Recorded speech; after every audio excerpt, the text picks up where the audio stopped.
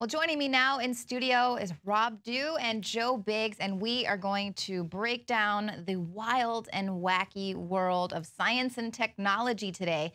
Now, our top story, it's a developing effort in the United States to turn the organs of aborted babies into a commodity. Now, Rob, you've got an in-depth report about this coming up here after this segment. Yeah. But this is something called the Genetic Literacy Project. They term this xenotransplantation. The process is being developed by the California company Ganogen. They remove the organs from aborted babies, transplant them into a rat or a pig, and then this allows them to grow so then they can be transplanted into a human. And they sell this because they say the biggest question should be, would you accept an organ from a pig or a cow or a baboon just to save your child's life or your own? And they have some pretty compelling statistics for this. They say every year 123,000 Americans require an organ transplant. Fewer than 30,000 will get one. This leaves 21 people to die each and every day waiting for an organ transplant. So this is when they take the tissue and they grow it on the back of the rat or the pig or whatever, and then they remove that and add it on? They implant it for future use. But they get the tissue from aborted babies. So they're literally harvesting dead children to extend life is what they're proposing. They do this. Right. And I think you're going to see companies like this get picked up through Google's venture capital firms called Google Ventures, and they have about $400 million a year that they spread between their 280 or some odd companies. And I think what you're going to see is Google Ventures investing in companies like Ganogen to then, what else can you do to extend life? How can we harvest this unused genetic material is what they're referring to it as. They don't call it dead babies. Right. And it's disgusting. It's repugnant. And what you're going to create is an incentive for more abortions. Exactly. And of course, we saw these aborted fetuses being used as a commodity when we learned that they were heating hospitals with aborted babies because they're just like the ultimate life force. So now they're taking their organs and telling all of these women, oh, it's okay, go out and get an abortion. That's your right to do that. And then we'll just do away with the remains. Don't you worry about it. Are they going to use these post-birth abortions as well in this kind of activity? I mean, they could use anybody's. I mean, it's a more developed organ at that point. Exactly. I think, you know, a 3-year-old, hey, we've got now anybody that gets killed, and this goes back to these organ donor programs that they have. And you talk to any medical doctor, and none of them get on the organ donor program. Yeah. It's because they know if they see that on your license, then they have a question they ask themselves. Well, how much could I get for all these organs? What organs are intact? They start thinking of you as a commodity, not as a person they're trying to save. They start going, well, I could save 10 other people with this one person's organs. So maybe I should do that for the greater good, because it's always for the greater good. That's why we need to take aborted babies. Yeah. It's for the greater good. Yeah. And it's not like if I wanted to donate a kidney or something and maybe pay off some of my school tuition, I couldn't do that. I could be arrested for trying to, you know, get a little compensation for one of my organs. But meanwhile, a doctor or the hospital, they can get up to $400,000 for a kidney transplant. And the doctor pockets all of that, so they get money off. That's scary to know that you could be in a car wreck and then the paramedics are out there working on you, trying to revive you, to bring you back. And those are the thoughts that are going through their mind. Just to get you back in time so they can ice down your organs and fly them across the country. Exactly. That's chilling. Yeah, to just keep you alive just for that. But what about stem cell research? Because I'm not against it. Obviously, there's some ethical things there. But a lot of people were against stem cell research because of the ethics. So why would they think that this would be something better, more easily digestible to the people who are very against stem cell research? And now they're going to take aborted fetuses, put their organs in animals? Leanne, it's recycling, and if we don't recycle, then what are we doing for the earth? We got to turn that Soylent Green into a new ear. And it's one less person that's going to be breathing air. That's right. Are you using up resources? And we could help people that are already here, and that know how to use the internet. So it's totally disgusting. One promising thing, though, you sent me this article today about will.i.am about printing people, and they're going to be printing organs soon. Yeah, well, and that's the thing. It's like we've got these aborted fetuses, here with the organs or the stem cell research, but this could all be obsolete anyway because will.i.am, of course, he is a musician He's also the chief creative officer of a 3D printing company, 3D Systems. So he's here working with this kind of technology. And he's saying, you know, we're already able to print proteins, meaning they can already print meat. So, I mean, I don't want to go out and have a 3D meat burger here anytime soon. But he says they're already working on printing organs. You can print a liver. So if you can print a liver or a kidney, then god dang it, you're going to be able to print a whole freaking person, and that's scary. And so here he's saying we need to have some laws and some ethics and really have this discussion. But I mean, come on, they're going to be able to 3D print a person, but they're not going to be able to give it a soul. Well, that's why there will be two classes of people. There will be a master class and a subservient class. And the subservient class will be those 3D printed people that don't have any rights. They don't have a First Amendment, a Second Amendment. They are just indentured servants. So, but how, what form of this person is going to be created? Will it start out as a baby and grow, or it will be an actual grown human adult? Or something, now, if that happens, then you've got to worry about the implications of us doing our coups in other countries. We go, we take out some dictator that we don't like, we put in a clone that we've made that's dumbed down, that's able to follow our orders, you know, does what we want to do. Or implanted chip that controls there's some serious implications like with something like ISIS this. soldiers. Well, it reminds me of that movie with Ewan McGregor and Scarlett Johansson. You know how they're printing the bodies, and these rich people, these elite, they use these machines to print out bodies, so if they started getting cancer, they could replace their own lungs, they could replace any kind of organs, or they could just take the whole person, continue on their life if they die from something.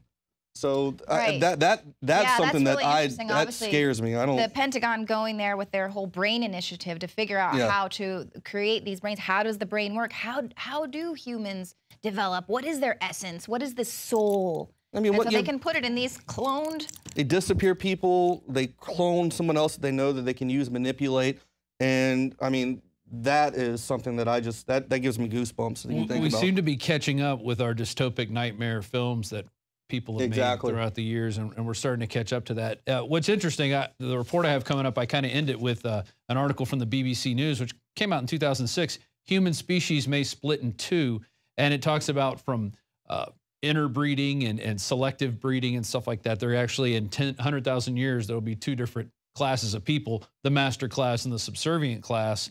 But we can end that pretty quickly by printing humans and then maybe even growing humans eventually. And we're growing humans inside pigs, but it's not really a human because we've changed some genetics on it. I mean, what are your genetics going to be if part of it is grown through a pig or a rat? Are you going to be a human? I mean, once you take that organ that hey, it doesn't cost that much. This organ's only $5,000, and if we grow an organ from scratch, well, it's $30,000. So you're going to have those types of questions to ask, and we are really going into a brave new world with all this new technology. Right, and they're already messing with our DNA just via the GMOs and things that are not native to our body. They're not something that our body knows how to digest and how to process. So it's turning people into these obese walking tumors.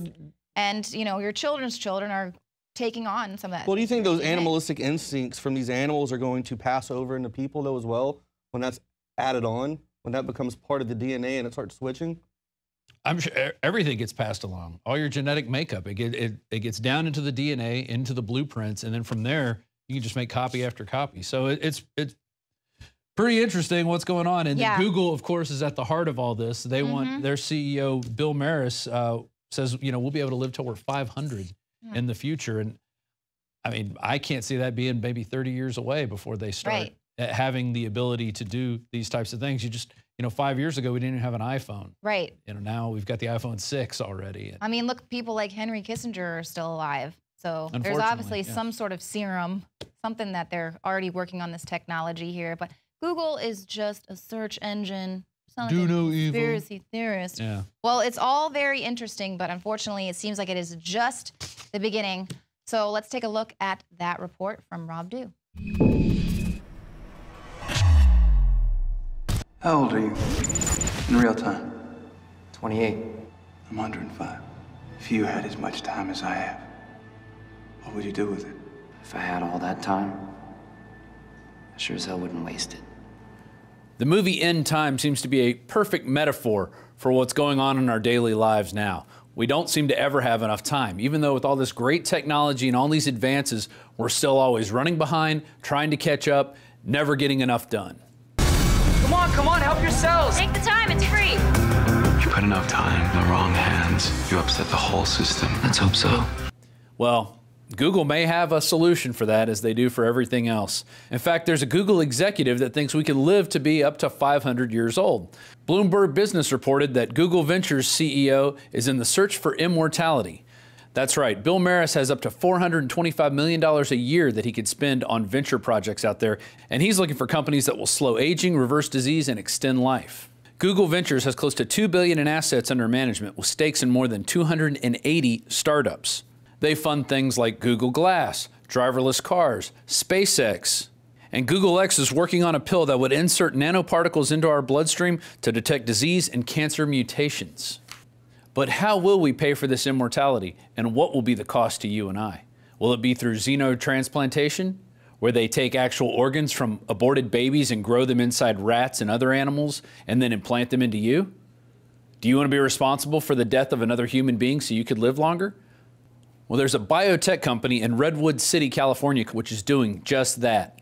The California company Ganogen removes the organs from aborted babies, transplants them into a rat or pig, and allows them to grow so they can be transplanted into a human. Work has initially been done on kidneys. WorldNet Daily seems to be one of the only publications talking about this. They have a couple articles. One, scientists grow kidneys of aborted babies and animals, an aborted baby organ program called Franken Science. This is one way we're turning our children into commodities, and they're not even being born yet. Now, after they're born, we have the CPS that goes around and traffics children. In fact, Los Angeles Department of Children and Family Services is under state investigation. The LA Department of Children and Family Services has been under fire in recent years with official commissions investigating high-profile deaths of children who've come in contact with the foster care system.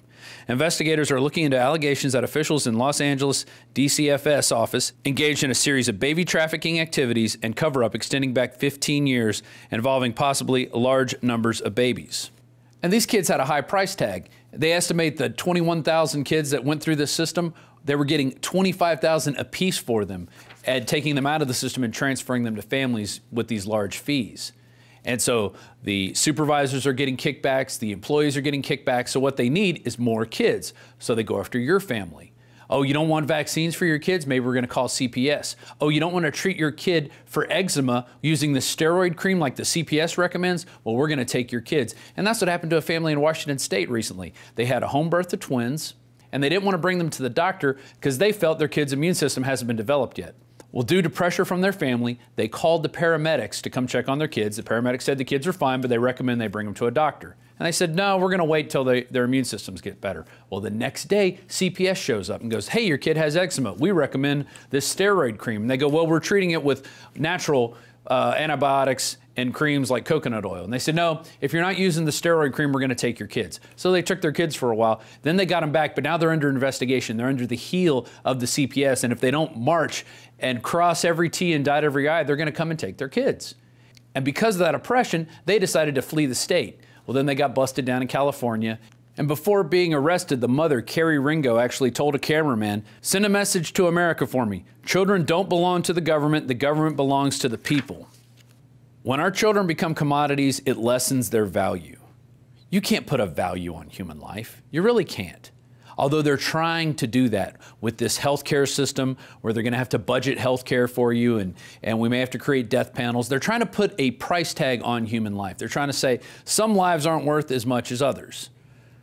And pretty soon, hey, like will.i.am said in Rolling Stone, eventually 3D printing will print people. In fact, here's his quote. You can print in freaking protein. You can make freaking meat. You can print leather. You can print a liver. So if you can print a liver or a kidney, God dang it, you're going to be able to print a whole freaking person, and that's scary. Yeah, that is scary.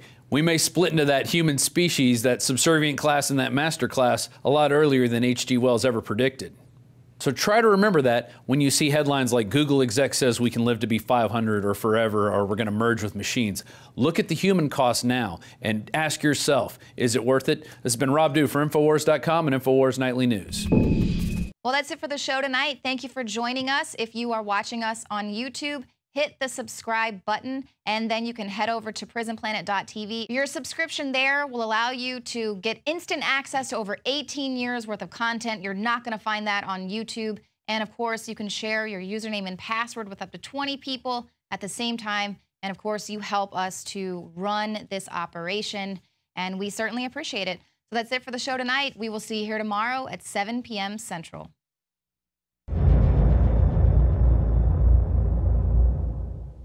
From the water table to our soils to the atmosphere itself, our world is becoming more and more toxic each and every day. But it's not just the air outside that's toxic. Indoor air has been shown to have 2 to 5 times higher concentrations of pollutants than even outdoor air. And most Americans spend 90% of their time inside using toxic chemicals within their homes. There are more than 42 million smokers in the United States. Well over 1,000 types of mold and mildew linked to numerous conditions. And don't forget the fact that 6 million Americans live with pets they're allergic to as well. When I began to research these statistics, it was clear to me it was time to start cleansing my lungs in order to combat the toxic environment that we cannot escape, but that we can fight back against. Made with organic and wild cultivated herbs and manufactured in the USA, the new InfoWars Life Lung Cleanse is here in a convenient spray bottle that can be brought with you throughout any toxic environment. Now available exclusively at InfoWarsLife.com or by calling toll-free 888-253-3139. You are watching the InfoWars Nightly News, which airs 7 p.m. Central at InfoWarsNews.com. And your support is helping us defend liberty worldwide.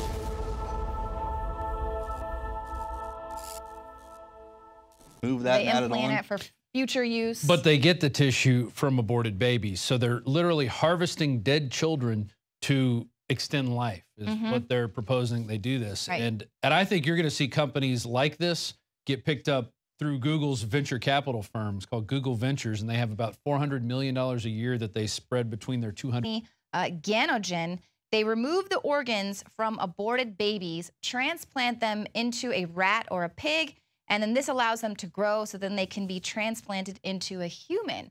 And they sell this because they say the biggest question should be, would you accept an organ from a pig or a cow or a baboon just to save your child's life or your own?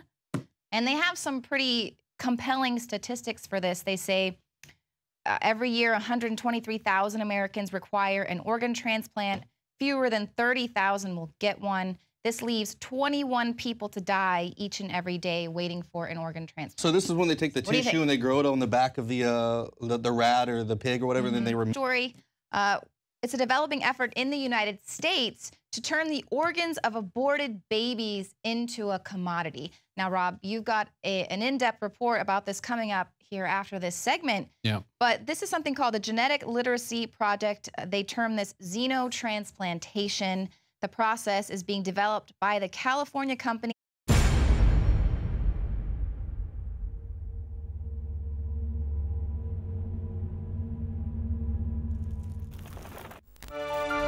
Well, joining me now in studio is Rob Dew and Joe Biggs, and we are going to break down the wild and wacky world of science and technology today. Now, our top